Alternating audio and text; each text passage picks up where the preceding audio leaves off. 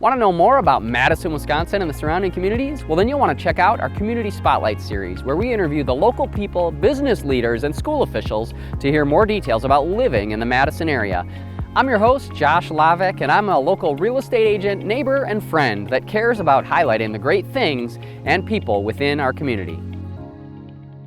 Welcome back to Best of Wisconsin Homes. We're doing our Community Spotlight series here in golf course communities, and we're over in the village of Maple Bluff. Now, the village of Maple Bluff is pretty unique. It's kind of surrounded all by Madison, but it's also, we've got the golf course right behind me at the Maple Bluff Country Club, but a lot of the homes are not right on the course. But a lot of the homes within Maple Bluff certainly have access and use the country club and the golf course and the nearby amenities. But lots of just incredible space here. I mean, I'm standing next to a park. There's a beautiful playground for the kids.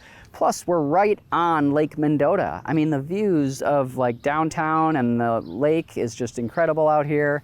We're facing west here, so we're gonna get some great afternoon sunsets. And within the clubhouse itself, I mean, they've got tons of amenities up there. There's an 8-lane swimming pool and a big diving well. Right here behind me, you can see kind of the tennis courts. They've got hard and clay tennis courts available. They've got a bunch of different events also at the club. So if you're not a huge golfer, they've got, you can even join as a social membership, and there's other events available in that regard. So the other thing I think that's kind of cool about this community is actually the proximity. So the location right here, you're fairly close to downtown. So you could even do a quick bike ride downtown for like the farmer's market on Saturday and then bike home.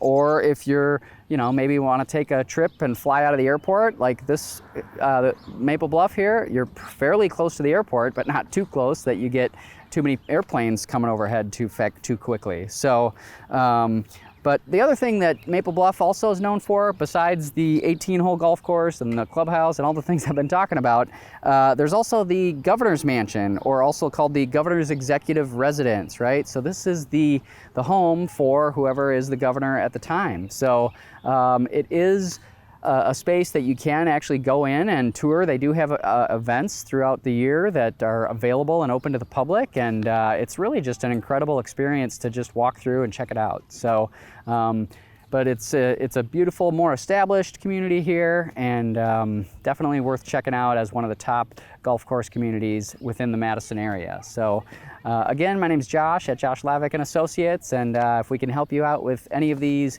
communities or nearby homes that you might be interested in, or anything else that we've talked about on the episode, you can feel free to reach out to us at 608-440-9886. Okay, we're over in the village of Maple Bluff here, and talking about some of the homes that are actually available here and what they go for. So we're standing in a beautiful home. This is 132 Kensington. It's not right on the golf course, but obviously all the homes here have very close proximity to the golf course and also Lake Mendota. But this one, like I said, $630,000, beautiful wood floors, nice fireplace, nice galley-style kitchen. But it's an older home. I mean, this was built in 1940. We have a 1-car garage. It's 1933 square feet, 3-bedroom, 1.5 bath. And overall in pretty good condition, but you've got nice mature trees, nice neighborhood as well. Property taxes on this are just over $10,000 last year. So, and it's right on Kensington, which this road will lead you right to the country club. So a couple other examples. There's another property right nearby, kind of similar to this, on Oxford Place. That's at 559.9, 3-bedroom, 2-bath, 1858 square feet. One also just got a contract on it, listed at $799.9 at 313 Kensington.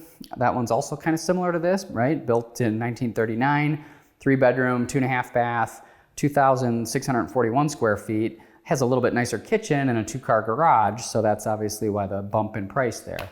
However, where you really get more of the bump in price is if you go right on Lake Mendota. For example, there's one right down the street that was at 28 Fuller Court, and it sold for just under $2.5 million. It was $2,497,000, but huge house, 5 bedrooms, almost 5,000 square feet, 97 feet of lake frontage there, lots of charming features and updates.